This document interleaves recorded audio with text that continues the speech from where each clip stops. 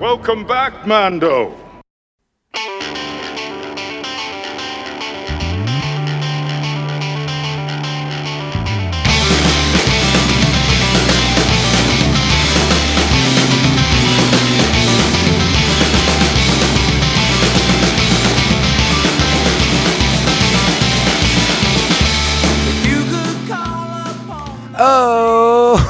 Oh, greetings, Bucketheads. Mayvar Tagar.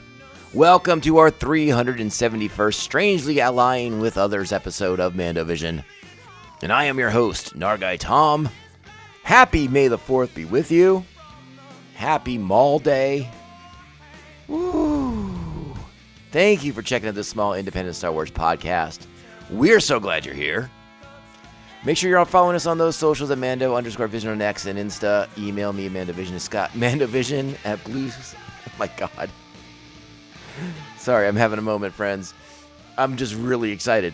Again, MandoVision, Mando_Vision on X and Insta, MandoVision at Blue Sky, and you can email me, MandoVisionTom@gmail.com. Make sure to like, subscribe, follow, and share this show with all the Mandalorians in your covert. Oh, wow, I am so excited to be here today, doing a show on May the 4th. Very, very exciting. And of course, we're talking about the final 2 episodes of Maul Shadow Lord. This is Chapter 9's episode. Chapter 10 will be later today. Got to give everyone a chance to get home and watch it. You know, not everyone has May the 4th off this year. I only do because Monday's my normal day off right now. So there we go. All right. Big things going on in Star Wars. When you log on to your Disney Plus today, if you haven't done so already, you will also be able to check out a like 4 or 5 minute sneak peek of The Mandalorian and Grogu, which is only a few weeks away from hitting the cinemas. I watched it. I liked. I wanted to check it out. It's a very, from all accounts, is a super condensed version of what a lot of people have already seen from CinemaCon and from D23 and Star Wars Celebration. That sort of opening sequence on the snow world with the walkers. And I watched it. I liked it. Again, we're going into that movie cautiously optimistic and hopeful. I liked what I saw. We'll see where it goes because we're going to talk about that movie in just a couple of weeks. So, yeah, check that out. That can kick off your Star Wars day proper, and then make sure you watch these next 2 episodes of Maul. Again, I will be watching the finale right after we record this, so I don't know how it's going to end, but let me tell you something. This episode, the penultimate episode of Season 1 of Maul Shadow Lord, is absolutely fan-freaking-tastic. It's so dang good. So let's go ahead. Let's get into it. You know what that means? We got to give credit where credit's due first. That's how we roll on this podcast. So, without further ado, Star Wars Maul Shadow Lord, Season 1, Chapter 9, Strange Allies. Original air date May 4th, 2026. Written by the great Christopher Yost, directed by Stuart Lee. Our primary cast for this week: Sam Witwer, AJ Lacascio, Ben Diskin, Charlie Bushnell, Christy Metopoulos, David W. Collins, Dennis Haysbert, Gideon Adlon, Richard Ayoade, Scott White, Steve Blum, Vanessa Marshall, and Wagner Mora. Oh boy. And our plot, listen, let's just say it. Trust is tested as newly forged allies navigate the only way out.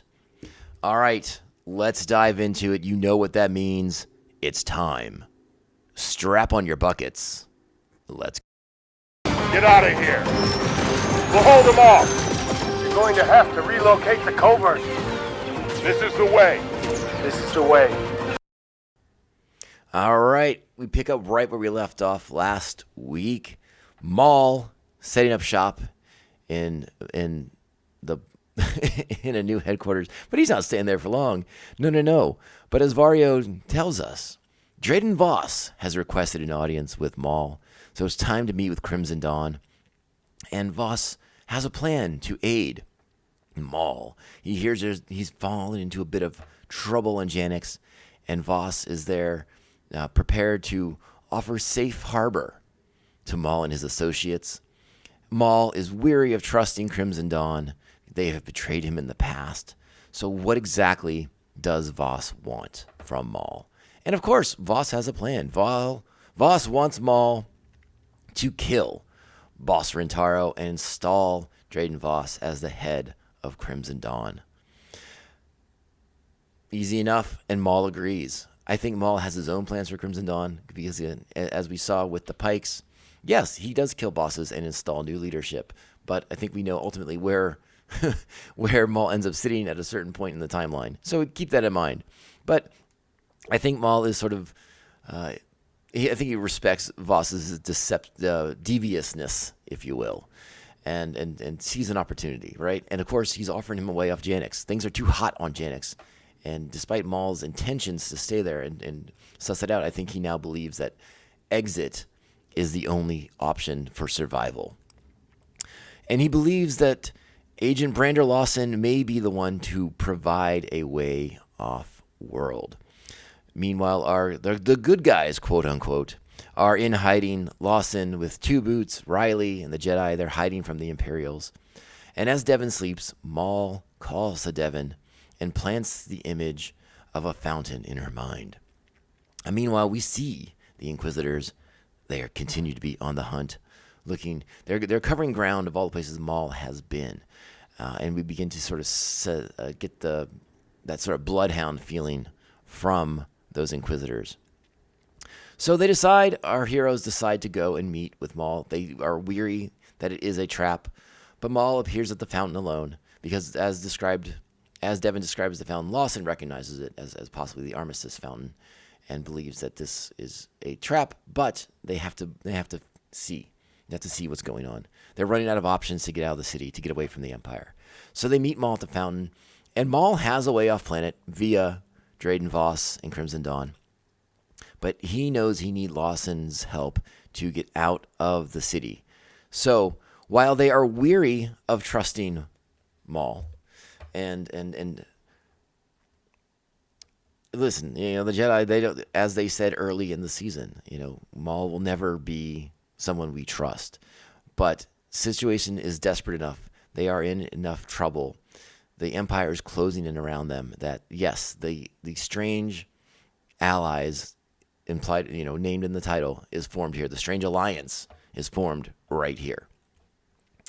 As they begin to work together and move towards a power station that Lawson has become aware of as his time on the Force, this is when Daki confronts may be a strong word, but he has a conversation with Devon about just how it is that Maul was able to plant an image in her mind so easily. And so he talks to her about the connection that seems to be forged between the two. And Devon tells of the battle in the train and how Maul got them to safety. And that's changed her perception of who Maul is.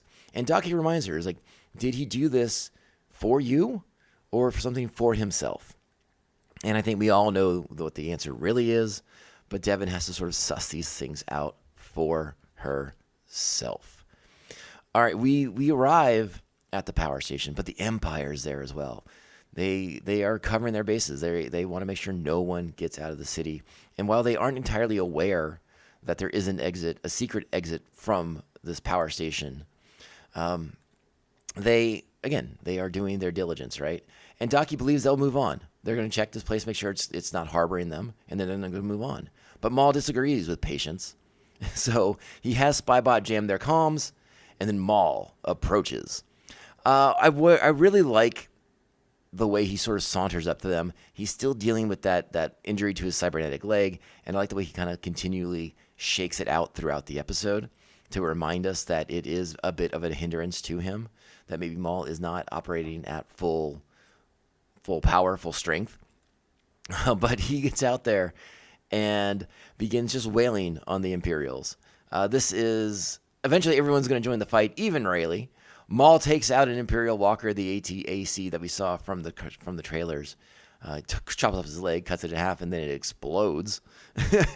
It's a great sequence, a lot of fun. Just again, a really a small action sequence, especially considering for what's coming up in the episode. But it just shows, because there's a great shot of Daki and Devin sort of in awe of what Maul just did to the ATAC. And it's really cool. I can't lie. I would have been equally as impressed. As they make their way into the power station after defeating the Imperials, Brander Lawson shows some concern for the fact that Riley has a blaster in his hands now, because this is clearly not the life he wanted for his son. He didn't want his son to be on the run, to be a fugitive from the Empire. But Riley's come around here. He sees that the Empire is maybe not what he thought it was, that if he is to survive, if he's to make it off planet here, that the Empire is in his way. And again, he's not killing them. He's not blasting them. We've seen him. He has the blaster on stun. So again, he's still sort of maintaining his level of innocence, I think, to a degree, because he's not willing to outright kill stormtroopers. But we'll see if he has to cross that bridge later to survive or not. Because again, this is an ever-shifting world for him now. His worldview has changed. And while he's clinging to the certain moral high ground of the situation, we'll see if he has to compromise that sort of core value here in the final episode or not. Again, the Inquisitors are in pursuit. They see the destruction at the power station far off in the distance, and they know that they are attempting, Maul and the Jedi are attempting to escape the planet. The allies make their way through the power plant and then into the secret tunnel that leads to the jungle. Lawson warns Two Boots of a double cross. He believes that as soon as they get where they need to go, Maul and his forces will turn on them. And as they are asking this question, Rook asks the same thing of Maul. What do we do about the old man? And Maul's pretty funny in this sequence. He's like, show some respect here, Rook Cast. He's a Jedi Master. And we need him. ... For now. So we make our way out there. And again, now the Inquisitors arrive at the power station. And again, we really see that sort of bloodhound ability to suss out and track Force users. They find very quickly the grate that leads to that fissure that leads into the jungle. Our heroes make their way further along, and they come to eventually a big lake of toxic waste that has been illegally dumped. And in a rather humorous moment, Two Boots wants to report the incident, the polluters, the violation of this illegal dumping. And Maul and Lawson both look at him like, are you crazy? And Two Boots recognizes that, yes, maybe that's not the priority right now. But there's no way to cross this massive lake. Daki and Maul both assess and agree that the jump is too far for either of the Force users to do. They find these old skiffs. One is out of commission, but one on the far side is still working, sort of. They dispatch Spybot across to activate it, and he's able to get it working with some effort. But it's a small skiff, and they can only cross two at a time. So Brander and Riley cross first, and they have a nice moment where they talk about how this is the most time they've spent together in a long while, and Brander sort of admits that he's been diving into his work because he doesn't know how to sort of do anything else right now. Like, it's a nice moment for a father and son. And then Spybot very quickly mocks them, and it's pretty great. Meanwhile, back on the other side of the lake, Daki senses someone approaching. And of course, it is the Inquisitors, followed quickly by the Mandalorians. Or by the Imperials. And the fight of all fights thus far in the series ensues. And it is awesome. You have the Imperials versus the Mandalorians. You have the Jedi versus the Inquisitors. It's so fast. It's so quick. It's so well done. The coordination of the lightsaber battle of Maul and Daki and Devin versus the Inquisitors, the back and forth between them all. It's absolutely electric. It's so freaking good. Casta will eventually make her escape with the Mandalorian. Devin will eventually make her escape, even though reluctantly. But Devin needs to get across because the stormtroopers are going to damage that skiff, and then it sits in the middle of that lake, and it becomes a video game at this point. It becomes Jedi Survivor or the Force Unleashed, because it's going to be, hey, we're going to use our super Jedi jumps to hit this thing in the middle of the lake and then bounce off and make the rest of the jump. It became very reminiscent of video games. And I'm not mad about that, to be perfectly frank. But Maul's forces take some serious casualties. We see Maruk kill Spybot, sever him almost in half. Icarus, dead, taken out by stormtroopers, but not before he takes out a bunch of them. Then we square off. We have Maul and Daki versus the Inquisitors. Woo! Electric lightsaber battle. It's so incredible. Highly recommend making sure you watch this all the way through. Daki will eventually make the jump, leaving Maruk and 11th Brother to square off against Maul. And Maul, again, holds his own quite well. I love the coordination of the battle. The speed with which they fight each other. It's absolutely mesmerizing. But Maul eventually realizes that escape is the better option. And so he makes the leap as well.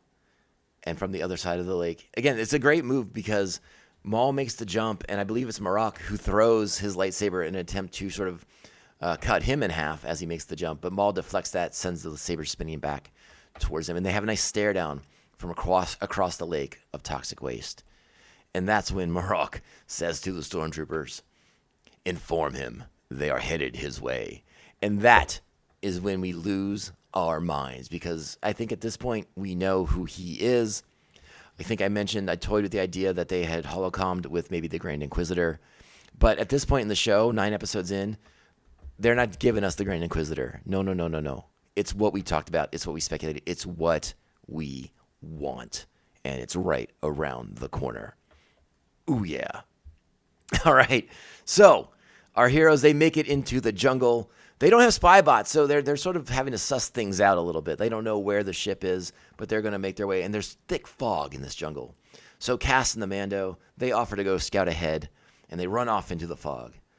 Well, not long after, we hear commotion. We hear blaster fire. Cass runs back out of the fog towards the group and says, there's something out there. And then she is violently force-pulled back into the fog. And this, my friends, is when we hear it. The breathing.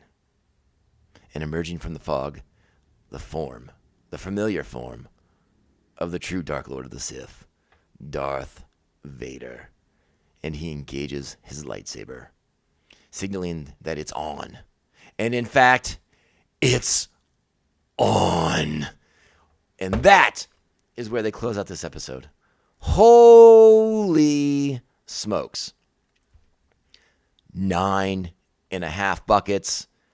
An almost perfect episode. I mean, it kind of is a perfect episode. It might be 10 buckets. The only reason why it's 9.5 is because I'm tempering against what I think is going to happen in the finale. Whoo! Catch your breath, friends. I recommend taking a minute, take a pause between watching episodes 9 and 10 because I needed to collect myself. I was excited. I was fired up. I was fist pumping and jumping. I was getting the calisthenics in, the cardio, got the heart rate up. This one is a banger of an episode. It slaps. It does all the things. It's fire. It's lit. I don't know. Whatever the people say. 9.5 buckets. Check it out. You will not. Ooh, you can't wait to watch this one. Trust me. Whew. 9.5 buckets. And we're going to get out of here because I got to watch the next episode and come back to talk to you guys about the finale. So I hope you're watching. I hope you're having a great Star Wars day. May the 4th be with you. Find us on the socials at Mando_Vision on X and Insta. Email me, MandoVisionTom@gmail.com. And, of course, MandoVision on Blue Sky. Make sure to like, subscribe, follow, and share this show with all the Mandalorians in your covert. Possible Stone Klein, sweet 5-star reviews. They help us out tremendously. They keep the small shows like us afloat. Let people know to check us out. And, of course, I am your host of the MandoVision podcast. I am Nargai Tom. Thank you, Buckethead Nation, for being here, supporting the show, and always being awesome. Go out there. It's our day. Star Wars Day. Be kind, supportive, respectful, understanding, patient, tolerant, and spread the word about how gosh darn good Star Wars is, especially this show, Maul, Shadow Lord, kicking all the booty. All the booty. And we will be back later today to wrap up Maul, Shadow Lord. All right, Bucketheads. You know how it goes. This podcast, it only ends one way. This is the way. This is the way. This is the way. This is the way. You expect me to search the galaxy for the home of this creature and deliver it to a race of enemy sorcerers? This is the way. Admiral, we have enemy ships in Sector 47. It's a trap!